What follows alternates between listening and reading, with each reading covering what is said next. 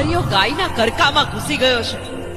આપણે ચોખ્ખા દેવસ્થાનને ત્યાં જવાય નહીં. હવે શું કરશું? આનો એક જ ઉપાય છે. બોલો બેન, આનું શું ઉપાય છે? આનો એક જ ઉપાય છે. આપણે સૌ દેવી પોતાના અંગનો મેલ ઉતારો, પછી હું એની એક બાળકી બનાવું. ઈ બાળકી અમરિયાને ગાયના કરકામાંથી બહાર કાઢશે. હા બેન, લ્યો લ્યો, આપણે સૌએ અંગનો મેલ ઉતાર્યો. તો લ્યો, હું એમાંથી એક બાળકી પ્રગટ કરું છું.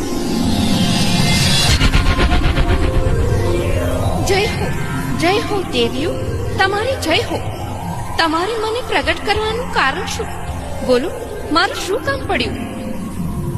આ અમરિયા નામનો દૈત્ય દેવતાઓને દુઃખ આપે છે અને આ ગાયના કરકામાં ઘૂસી ગયો છે.